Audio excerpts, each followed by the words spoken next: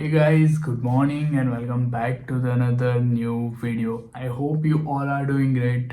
And in this video, I'm going to talking about the examination pattern in Sri Lanka.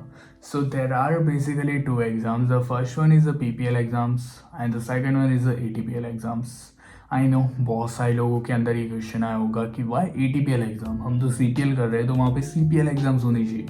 मेरे mind में भी पहला यही question आया था एंड उसके लिए मैं CSL भी गया था पूछने के लिए कि उनके पास CPL एग्ज़ाम्स क्यों नहीं है। बट ओके, सो उस पर हम बेसिकली एक नया वीडियो बनाएंगे जिसके अंदर सारे इन्फॉर्मेशंस होगी कि डिफ़िकल्टी लेवल क्या होता है उस एग्ज़ाम्स के अंदर एंड कितने पेपर्स होते हैं and all that. But in this video हम डिस्कस करेंगे कि पहले तो PPL एग्ज़ाम्स के अंदर कितने पेपर होते हैं, उनका डिफ़िकल्टी लेवल कितना होता है, उससे पहले कितने पेपर्स क्लियर करने पड़ते हैं, पासिंग मार्क कितने होते हैं and all that. So without wasting time I start this video.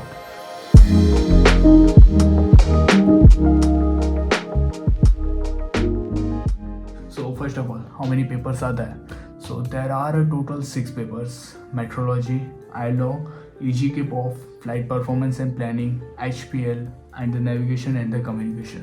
Okay, so navigation and communication वो दोनों ना कंबाइन हो जाता है, एक पेपर हो जाता है। ऐसे ही EGK एंड POF दोनों कंबाइन हो। ऐसा कंट्री है, सो ये ऐसा कंट्री के अंदर I don't know south Africa के अंदर ये करना पड़ता कि नहीं करना पड़ता, बट श्रीलंका के अंदर PPL एग्ज़ाम देने से पहले आपको फ्लाइंग स्कूल के अंदर progressive papers and withdrawal papers देने पड़ता है। So basically each subject 2 progressive papers and 1 withdrawal paper. So total each subjects आपको 4 papers देने हैं and total 6 subjects आता है। मतलब टोटल आपको 24 पेपर्स क्लियर करने हैं PPL लाइसेंस लेने से पहले मोटा मोटा। ओके, सो इनका ना लेवल कैसा होता है पहले तो, एंड पासिंग मार्क क्या होता है। सो सारे पेपर के अंदर ना 24 पेपर्स के अंदर आपको 75% या तो 75% से ऊपर आपको स्कोर करना है बेसिकली पास करने के लिए। जैसे इंडिया के अंदर DGC एग्जाम्स में आपको 70% स्कोर करना है, वहाँ पे आपको 75% स्कोर करना है। एंड पहले तो ना 24 पेपर्स सुन के ही आप लोग ना ऐसे घबरा जाते हैं कि लाइक 24 पेपर्स देने पड़ेंगे। But you know withdrawal papers and progressive papers एक काइंड ऑफ अ टेस्ट। सो जैसे आप स्कूल के अंदर टेस्ट देते हो ना, वैसे ही वहाँ पे फ्लाइंग स्कूल के अंदर आपको टेस्ट देना होता है। सो बेसिकली आपको ये पेपर्स क्लियर करने होते हैं एंड उसकी एक फ़ाइल रेडी करनी होती है एंड आपकी एक फ्लाइंग आवर्स की फ़ाइल रेडी करनी होती है। जब ये दोनों चीज़ें रेडी हो जाती है ना, देन आपका CFI आपको एक लेटर देता है। वो लेटर लेके आप CSL जाते हो, सबमिट करते हो। आई नो उसमें थोड़ा बहुत ज़्यादा ही टाइम लग जाता है, बट सबमिट करने के बाद ना आप एग्ज़ाम देना शुरू कर सकते हो। सो वहाँ पे बहुत सारे क्वेश्चन है, लाइक एग्ज़ाम्स के अंदर कूलिंग पीरियड क्या होता है एंड आप कितनी बार एग्ज़ाम दे सकते हो एंड कितनी सीटिंग्स होती है। सो बेसिकली वहाँ पे ना सीटिंग होती है। वहाँ पे ऐसा नहीं है कि आप कितनी भी बार एग्ज़ाम दे सकते हो, इट्स नॉट लाइक दैट। वहाँ पे total 6 seating in the sense अगर आपकी पहली सीटिंग शुरू होती है, सो सीटिंग की कोई टाइम पीरियड नहीं है। फर्स्ट सीटिंग के अंदर आप सारी एग्ज़ाम दे सकते हो एक बार। अगर कोई एग्ज़ाम आप फेल हो जाते हो, जैसे कि आपने फर्स्ट मेट्रोलॉजी दिया, यू पास, सेकंड इज आपने एलो दिया, एलो अगर आप फेल हो जाते हो देन आप थर्ड टाइम एलो नहीं दे सकते। आपको ना बाकी सब्जेक्ट कंटिन्यू करने पड़ेंगे। वो कंप्लीट करने के बाद आपकी नई सीटिंग शुरू होगी जो कि सीटिंग नंबर 2। सीटिंग नंबर 2 के अंदर आप एलो दे सकते हो। जो जो सब्जेक्ट इसमें फेल हो गए वो सीटिंग 2 में आएंगे, देन 3, 4, 5, 6। अगर आप 6 से एक्सीड करते हो then you have to do all subjects again. But ऐसा होता नहीं है, और क्यों नहीं होता वो जानते हैं, बिकॉज डिफ़िकल्टी लेवल क्या होता है।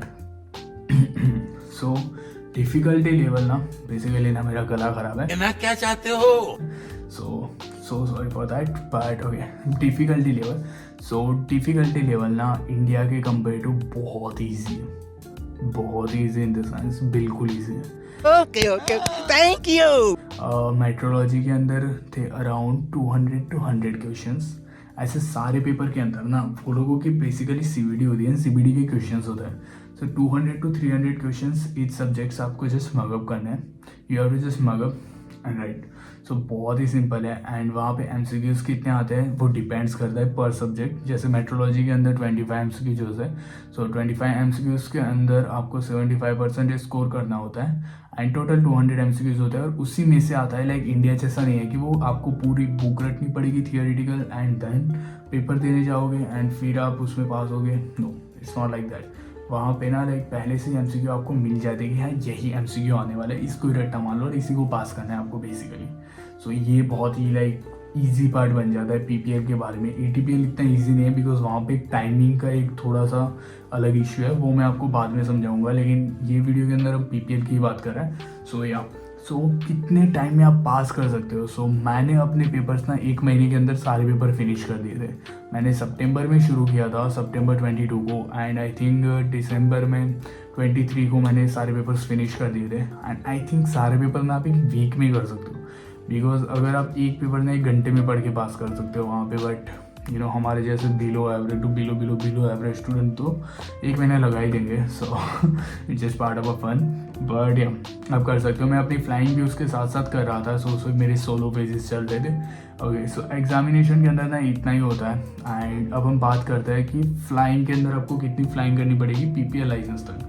सो basically according to Sri Lankan rules you have to fly the 40 hours of flying, but 40 hours आप एक्सीड कर सकते हो, that depends on your solo flight. So basically solo flight क्या होती है, सो पहले जब आप फ्लाई करते हो ना तब आप ड्यूअल फ्लाइंग करते हो, आपके इंस्ट्रक्टर के साथ फ्लाई करते हो। देन आपका CFI आपके चेक्स लेता है, एंड जिस चेक में उसको परफॉर्मेंस ऐसा लगता है कि नहीं अब वो सोलो फ्लाइट ले सकता है, अकेला जा सकता है फ्लाइट के अंदर, तब वो आपको सोलो फ्लाइट देता है। So I got my solo flight on 25 hours.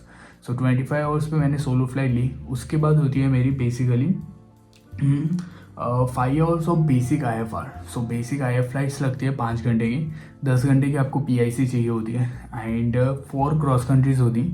उसके अंदर 2 ड्यूअल क्रॉस कंट्री होगी और 2 तुम्हारी सोलो क्रॉस कंट्री होगी। एंड द लास्ट फ्लाइट होगी जो आपकी एक तो CFI चेक लेगा। उसके बाद जब आप अपनी लॉगबुक सबमिट करोगे CSL के अंदर, उस वक्त आपको वहाँ से एक लेटर मिलेगा, उस पर आपको कोई भी एक इंस्ट्रक्टर का नाम लिखा होगा और उस इंस्ट्रक्टर्स के साथ आप अपनी लास्ट फ्लाइट करोगे, जिसके बाद आपको अब तक PPL लाइसेंस मिलेगा। सो वो फ्लाइट होती है, उसके अंदर बेसिकली जो भी आपने प्रैक्टिस की होती है ना उतने आवर्स तक, सो उतने आवर्स तक की प्रैक्टिस की वो लास्ट फ्लाइट में वो सारी एक्सरसाइज करवाता है, जैसे कि स्टॉल है and the PFL and all that. वो फ्लाइट भी इजी होती है अगर आपने अच्छे से किया है तो। ओके, सो वहाँ पे ना एक चीज़ होती है कि पहले फ्लाइट से पहले इंटरव्यू लिया जाता है। सो इंटरव्यू बेसिकली आपको क्वेश्चंस पूछता है, बेसिकली सेसना 152 पे जो भी एयरक्राफ्ट आप फ्लाई कर रहे हो और जिस एयरक्राफ्ट पे भी आप अपना फ्लाइट चेक दे रहे हो उस एयरक्राफ्ट के ऊपर थोड़े से क्वेश्चंस करता है, मेट्रोलॉजी के थोड़े क्वेश्चन पूछते हैं। जैसे अगर आपको बेसिक नॉलेज है अपना देन उतना टफ नहीं है वहाँ का वो, बट या एग्जामिनेशन पैटर्न भी उतनी टफ नहीं है, फ्लाइंग भी उतनी टफ नहीं है, बट इसमें टाइम कितना लग जाता है। सो मुझे लग गया था अराउंड 3 to 4 months बिकॉज मैंने अपना PPL लाइसेंस 2 महीने के अंदर ही सब कुछ फिनिश कर दिया था अपनी फ्लाइंग। मैंने अपना PPL 55 पे डन किया था। So minimum requirement is 40 and मेरा 55 तक गया था बिकॉज मेरा सोलो 25 पे मिला था मेरे को। सो वहाँ पे ना सोलो बेसिकली लेट ही मिलता है। वहाँ का weather conditions is not similar to the Indian weather conditions. वहाँ के winds it's really gusty, plus वहाँ के जो cross country flights and all that. So उस पर तो अगर मैं वीडियो बनाऊंगा ना लिटरली मेरे को इच्छा लाइक बनाना चाहिए उसके ऊपर, बिकॉज वहाँ की जो लैंडिंग्स है ना like Koggala airport and the Katukurunda airport is really difficult. वहाँ की विंड कंडीशन कोई नहीं एक्सपेक्ट कर सकता कि यहाँ पे कितनी विंड्स आने वाली है और कैसे तुम लैंड करने वाले हो। ओके, सो दूसरे वीडियो में वो सब बात करूँगा मैं कि कैसे है वहाँ की cross countries and all that, but या इतना आपको करना पड़ता है। एंड बिफोर लाइक मैंने एक चीज़ मिस की थी, वो था ग्राउंड आवर्स। सो वहाँ पे ना आपको PPL एग्ज़ाम देने से पहले ग्राउंड आवर्स कंप्लीट करने होते हैं। सो ग्राउंड आवर्स बेसिकली कितने घंटे आप ग्राउंड क्लासेस लिए। सो आप इंडिया में भले ही कितने भी घंटे की ग्राउंड क्लासेस लेके गए हो, वहाँ पे आपका 0 हो जाएगा। Then you have to start from the 0 to 150 hours of ground classes चाहिए होती है बिफोर PPL एग्ज़ाम्स देने से पहले, और आपके progresses and visual papers clear होने चाहिए। और मैं अपना जो रिज़ल्ट है ना जो PPL का वो यहाँ पे शो कर दूंगा, जिसके अंदर आपको दिख रहा होगा कि मैंने कब एग्ज़ाम शुरू की थी। वहाँ पे जिसमें रिपीट लिखा है ना वहाँ पे आपका भाई फेल हुआ है। सीधी सी बात है, 2 सब्जेक्ट फेल किए थे, 2 सब्जेक्ट फिर से दिए थे। सो ये ओवर कॉन्फिडेंस में होता है, अदरवाइज 100 क्वेश्चन मकअप करना is not a big deal, कोई भी कर सकता है। बट ओवर कॉन्फिडेंस में जब जाता है कि ठीक है बस में जाते पढ़ लूँगा एंड फिर पास कर लूँगा, सो उस वक्त पे ये वाला सीन हो जाता है। बेसिकली इतनी इन्फॉर्मेशन है एंड 3 to 4 months लग जाते हैं PPL लेने के अंदर। अदरवाइज़ ATPL पे मैं अगर जल्दी वीडियो बना पाए तो मैं ऑफकोर्स बनाऊंगा, बिकॉज वो वीडियो बहुत लंबी खींच सकती है। वहाँ पे 13 एग्ज़ाम्स होती है, प्लस उसकी जो एग्जामिनेशन पैटर्न है ना वो थोड़ी सी मैसी अलग, उसको समझना इट्स नॉट ईजी। अगर कोई पर्सन मेरे सामने होता है ना उसको भी मेरे को एक्सप्लेन करना होता है, बहुत टाइम लग जाता है because the seating and that cooling period and all that sheet वो टोटली डिफरेंट है. सो उसके ऊपर हम बैठ के ना आराम से एक वीडियो बनाएंगे. बट आई होप ये वीडियो में इंफॉर्मेशन है वो आपकी काम आई होगी. And anyone want to join the flying school cheapest price में प्लस जल्दी से जैसे फ्लाइंग ख़त्म हो ऐसे. सो वो मुझे कांटेक्ट कर सकता है on Instagram and on Telegram. So मैंने बहुत रिसर्च की थी यार मेरी खुद की फ्लाइंग स्कूल ज्वाइन करने से पहले. सो आई नो कि कौन सी फ्लाइंग स्कूल अच्छी है, कौन सी फ्लाइंग स्कूल अभी सस्ती करवा रही है फ्लाइंग. सो आप मुझे कांटेक्ट कर सकते हो अगर आपको ज्वाइन करनी है तो. Okay then see you in next video. I hope you like this video. So मिलते हैं एक नए वीडियो के अंदर.